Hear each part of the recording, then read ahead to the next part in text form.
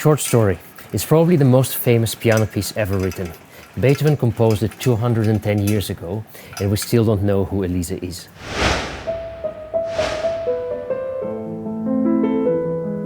We all know the music. I bet most of us can't remember when was the first time we've heard it. It is really part of our common musical heritage. Beethoven's Für Elise, for Elise.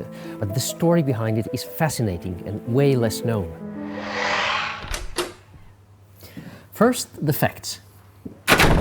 If you think the piece was famous already in Beethoven's time, this really was not the case. The first we ever hear of it is 1867, 40 years after Beethoven's death, when it is published in a book by a German scholar called Ludwig Noll. Ludwig discovered the manuscript in Munich, in the house of one Bagatelle No.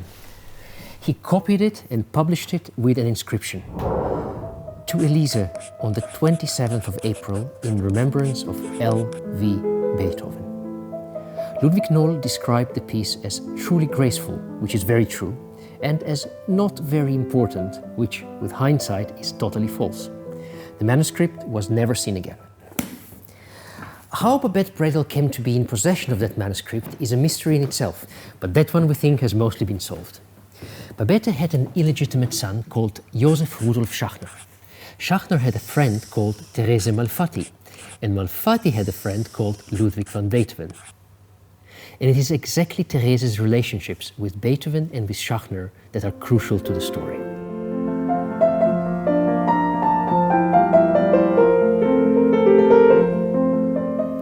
Beethoven got to know Therese and her family in 1810. He started giving piano lessons to Therese, fell in love with her, proposed to her, but was rejected. But at some point during these months of acquaintance, he finished the manuscript and gave it to Therese as a gift.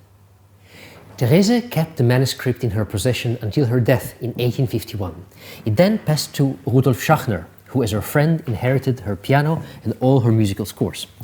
Schachner returned to Munich, where his mother Babette resided. And this is the closest we get to explaining how the manuscript ended up in Munich. So we have a chain: Beethoven, Therese Malfatti, Schachner, Babette Bredel, Ludwig Noll, and finally us. But where is Elise?